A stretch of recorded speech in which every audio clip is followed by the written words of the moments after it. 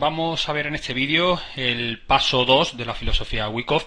Si recuerdan, dijimos en el vídeo anterior, hablamos del paso 1, pero antes dijimos que el mercado se regía por tres leyes. Si lo recuerdan, la ley de la oferta y la demanda, la ley de causa y efecto y la ley de esfuerzo-resultado.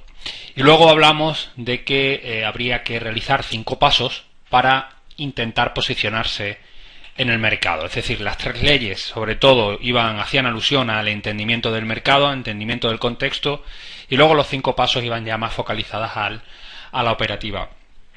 En el paso 1 hablamos, si lo recuerdan, de la importancia de determinar la tendencia que subyacía en ese momento en el mercado, es decir, si la tendencia es alcista, es bajista o es lateral, neutral. Y ahora, en el paso 2, lo que tendremos que determinar es la fuerza cada momento en ese mercado en el que nos encontramos, el nivel de fuerza o de debilidad relativa. Ahora lo entenderemos porque no es difícil. En definitiva, si en el paso 1 hablamos de conocer la tendencia, insisto, saber si la tendencia subyacente es alcista, es bajista o es neutral, ahora aquí en el punto 2, o en el paso 2, hablamos de conocer dónde posicionarse dentro de esa tendencia. Porque es evidente que no será lo mismo posicionarse en pleno desarrollo de un impulso que hacerlo cuando está corrigiendo dentro de esa tendencia primaria o subyacente para intentar aprovechar otro latigazo del mercado a favor de la tendencia que es la que se supone que va a predominar. Aquí, en definitiva, lo que estamos hablando es del concepto de impulso-corrección, que muchos seguro que ya lo conocéis, pero bueno, vamos a verlo más en detalle en las siguientes diapositivas. Hemos puesto mucho énfasis en la importancia de soportes y resistencias a la hora de operar. Esto es por una cosa muy sencilla, porque el precio tenderá a desplazarse de una zona importante a otra zona importante, pero no lo hará de un tirón.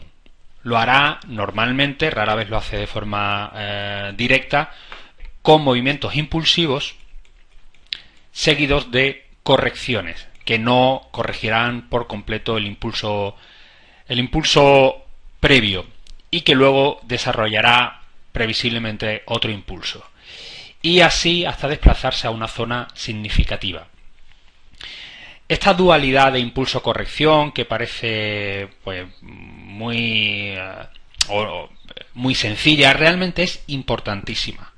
Es, desde luego, el centro de mi estrategia operativa. Y esa idea de que después de un impulso viene una corrección para probablemente hacer otro impulso, es lo que se refiere Wyckoff con determinar la fuerza relativa. Es decir, la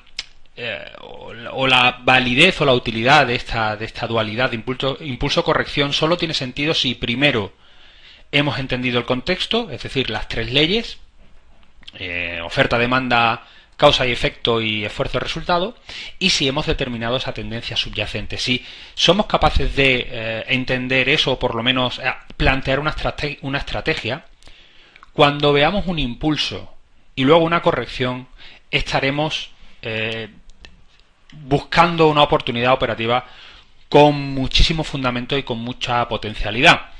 Pero claro, esta búsqueda del impulso de corrección, insisto, debe estar sustentado, debe estar sobre todo lo anterior.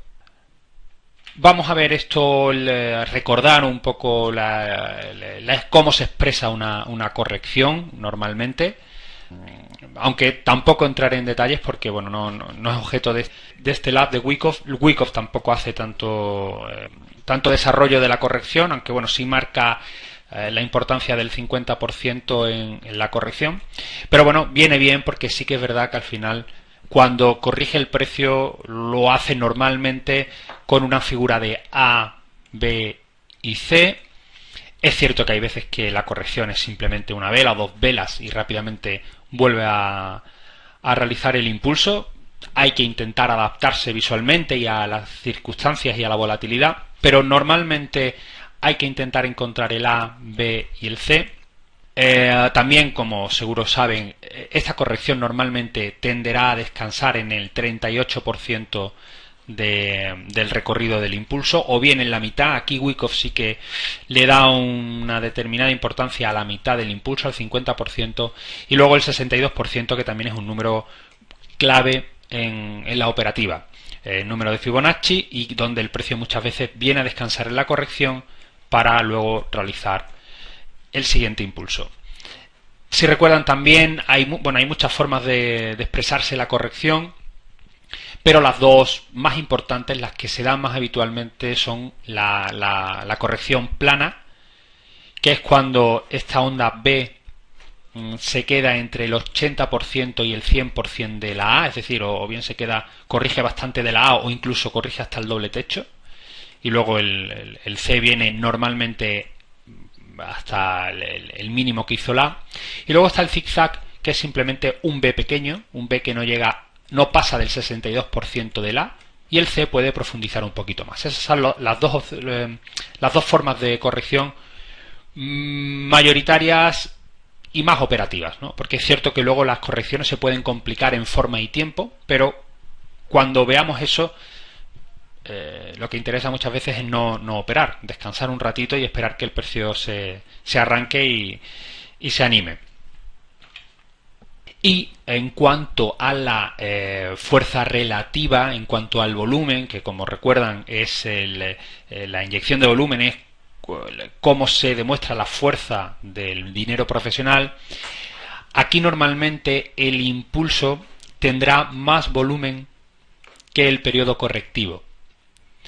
Aunque el C no es nada raro, es incluso preferible que tenga también un poco de volumen.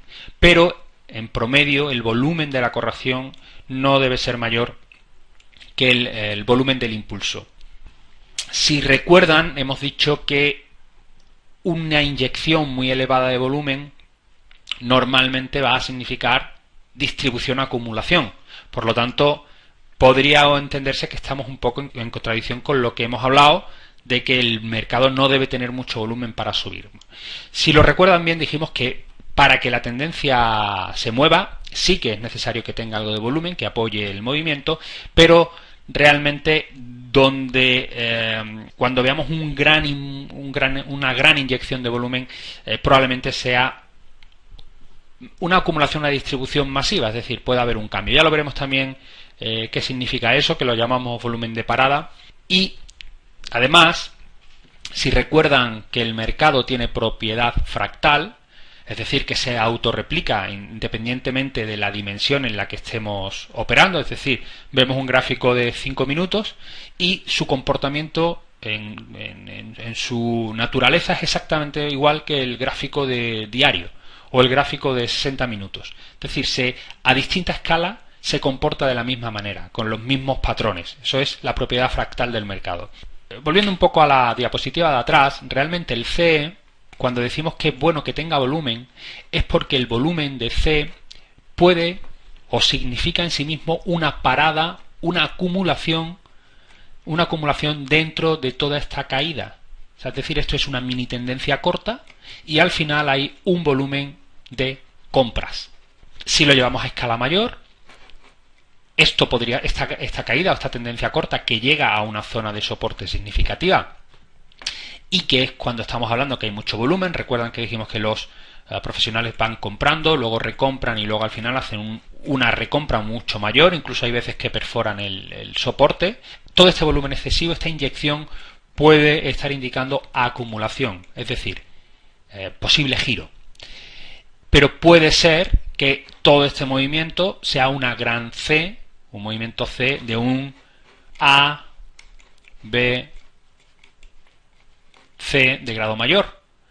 Por lo tanto, luego puede ser que esto implique que el precio suba. Y es decir, a menor escala pasará exactamente lo mismo. Se desarrollará un impulso que tendrá un volumen, que en cierto modo es una mini distribución, que provocará una corrección. En la corrección, en el C, habrá también una reacumulación que provocará un giro, volverá al siguiente impulso, habrá un volumen que provoque una distribución.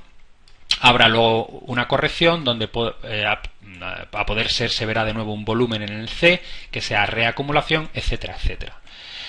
Puede parecer un poco complicado, de hecho los mercados financieros son complicados, no son sencillos, pero al final se trata de buscar una escala de tiempo en el que uno se sienta cómodo y empezar ya a intentar buscar esos volúmenes en los que pueden provocar un movimiento de una zona significativa a otra zona significativa, y en el camino intentar buscar correcciones, es decir, determinar dentro de esa tendencia subyacente, que podría ser alcista dentro de este ejemplo, las zonas con relativamente con menor fuerza, es decir, las correcciones. Vamos a ver todo esto en un ejemplo real.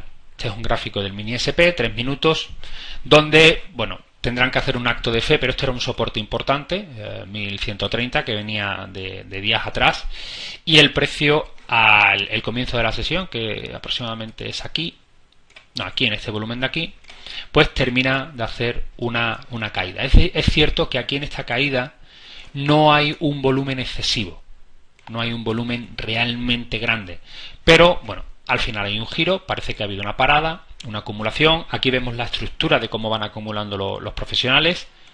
Acumulan, corrección, reacumulan, corrección, y aquí termina el proceso de acumulación de todo este tramo bajista.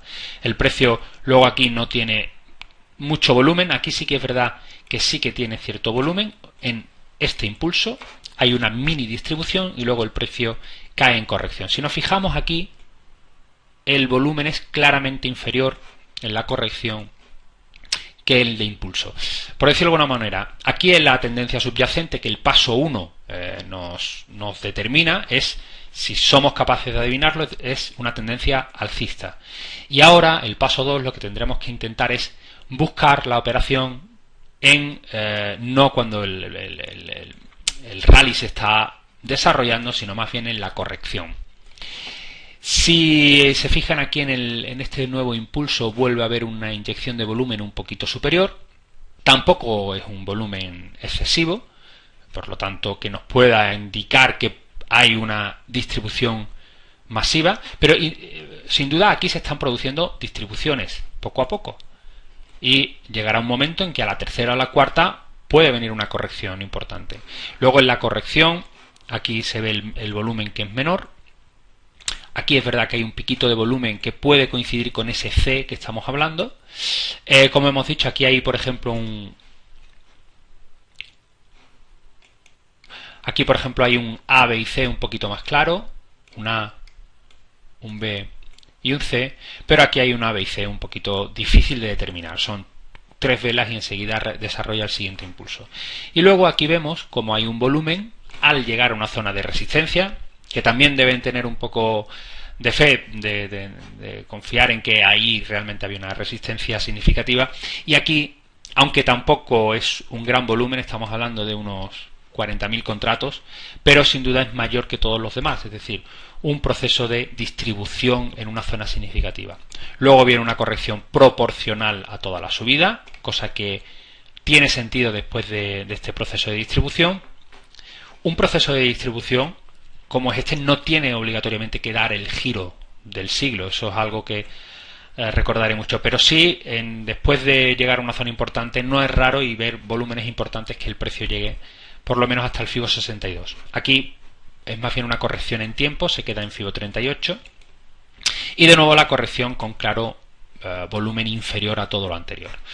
Y luego ya en el último tercio de la sesión, pues bueno, movimientos un poco más complicados de interpretar, y luego un volumen de 60.000 al final del día. Si se acuerdan, en un momento clave donde los profesionales acumulan o distribuyen, en el brokeraje inicial, si lo recuerdan, y en el brokeraje final. Lo que pasa que operativamente hablando ya pues no nos puede decir mucho, pero sí lo podemos utilizar para la siguiente sesión y ver qué resultado ha tenido este esfuerzo de aquí. Otro ejemplo, aquí vemos un volumen excesivo, aquí bueno, se puede ver que llegó a los 100.000 contratos en noticias de las 4, muy habitual, rompiendo una resistencia significativa y algo muy habitual, el engaño. Rompe, aquí muchos sistemas que buscan la ruptura entrarían largo, Es más, mucha gente diciendo que el movimiento alcista viene con volumen, eso quiere decir que la tendencia alcista es fuerte, y no, un volumen excesivo hay que interpretarlo mayoritariamente como, en un 70%, como acumulación o distribución. Como en este caso está llegando a una zona de distribución, en una zona de resistencia pensamos en distribución. ¿En qué momento se confirma? Pues en el momento en el que vemos que el resultado falla, es decir, si todo esto hubiese sido absorción, o sea, compras, el precio no hubiese recuperado la zona de resistencia. Aquí hay una falta de armonía entre el esfuerzo y resultado. Por lo tanto, aquí se está delatando, aunque siempre tiene matices, el posible engaño. Viene a hacer un doble suelo y aquí ya aparece un aumento de volumen en el impulso corto. Es decir, la tendencia debe tener volumen, pero no tanto como un volumen excesivo, que nos puede indicar justo lo contrario. Luego un periodo correctivo en A, B y C con claramente un volumen bastante menor. Y luego el C, aunque hay veces que es un poquito más claro, pero vemos que tiene una pequeña inyección de volumen aquí. Paran al precio, redistribuyen o reacumulan ventas, porque estamos en el derivado, en el futuro. Luego una tendencia corta que tuvo piquitos de tendencia, de intencionalidad, seguido de correcciones, que si vemos las correcciones todas tienen poco volumen. Una corrección un poco mayor en A, B y C, y luego, como siempre, el último tercio de sesión, pues un poquito más difícil de interpretar. Al final, de nuevo, volumen tremendo, más de 100.000 contratos en el brokeraje final. Por lo tanto, por causa y efecto, probablemente no sea un movimiento aleatorio. Habría que ver al día siguiente qué resultado tuvo, y eso nos podría o nos puede abrir estrategias. Otro ejemplo, vemos aquí de nuevo un volumen que determina la tendencia, el impulso, luego clara caída del volumen en A, B y C. Esto es FIBO 62. Muy interesante además cómo apoya en el final del impulso previo. De nuevo un volumen. Aquí hay un proceso de absorción, de mini absorción, por la propiedad fractal. Al final esto es también un periodo lateral, y aquí rompen y escapan. Siempre que hay una absorción, lo interesante es que el precio escape con cierta fuerza. Impulso de nuevo, con cierta inyección de volumen, y luego una corrección complicada de etiquetar, la verdad, bastante complicada, en supuesto A, B y C. Vemos aquí de nuevo un volumen, probablemente otra absorción, porque coincide con esta ruptura de aquí. Y vemos como el precio en esta absorción, mini absorción, escapa. Y llegamos a una zona de resistencia significativa. Este es un gráfico también de 3 minutos. Volumen claramente superior a los demás. Después de tres inyecciones ya aquí han distribuido, y ya en una tercera con un volumen superior en una zona de resistencia nos invita a pensar que el precio puede realizar una corrección. Hace una corrección, no muy profunda en este caso en caída, pero sí en tiempo, y con una circunstancia un tanto difícil, un volumen excesivo aquí, que deja bastante duda sobre el comportamiento. Al final, pues bueno, parece que es distribución, porque no termina de tener el resultado. Si hubiese sido acumulación, realiza un engaño, recupera y el precio sigue cayendo. Al final, un lateral complicado. Ya sabemos que a media tarde en el mini SP suele haber también laterales que hay que saber lidiar y quedarse al margen en un momento dado. De nuevo brokeraje final con un volumen, una inyección de volumen importante, y que podría dar pistas para lo que sucediese en la siguiente sesión. Claro, aquí hay un problema. ¿Cuándo determinamos que el volumen es excesivo? Porque eso es muy relativo. Ese es uno de los grandes problemas de la filosofía Wyckoff. Claro, en principio habría que compararlo con los movimientos anteriores, y cada mercado o cada producto puede ser distinto. Sin duda la experiencia y el dominio de un mercado concreto lo facilita. Por ejemplo, en el mini SP, normalmente 45 a 60.000 contratos o más ya suele ser excesivo. Una manera de facilitarlo, sobre todo al principio, es utilizando un Bollinger insertado en el volumen. Porque cuando el volumen excede de la línea superior, se puede tender a pensar que el volumen es excesivo. Lógicamente esto hay veces que falla, pero normalmente cuando el volumen supera hay que estar pendiente. Y si estamos en una zona significativa de soportes y resistencias, puede ser que estemos presenciando una acumulación o una distribución, ese volumen excesivo que hemos dicho que en un 70% de las veces puede provocar un giro. Por lo tanto, conclusiones hasta ahora. Hemos visto el paso 1, que hablaba de determinar la tendencia subyacente y la posición en el mercado. Hemos visto que podía ser alcista, que podía ser bajista o lateral, neutral. Lo interesante de determinar la tendencia en estas tres formas de expresión es determinar si estamos al principio de una tendencia o al final, que en definitiva es lo mismo, si estamos al final de una tendencia estaremos al principio de otra, o si estamos en pleno desarrollo. Si estamos en pleno desarrollo, mucho cuidado, hay veces que interesa más simplemente esperar a una zona significativa para que termine esa tendencia y por lo tanto se inicie otra. Y lo que está claro es que una vez que determinemos la tendencia, tendremos que determinar en el momento en el que estamos la fuerza o la debilidad relativa en ese momento. Es decir, si estamos en el impulso, estamos en la corrección. Y si hay potencial de que pueda desarrollarse más movimiento porque el precio tienda a buscar una zona de soporte o resistencia significativo. Espero que en siguientes vídeos todo quede un poquito más claro. Nada más, muchas gracias y seguimos un poquito más adelante con más de la filosofía Wyckoff.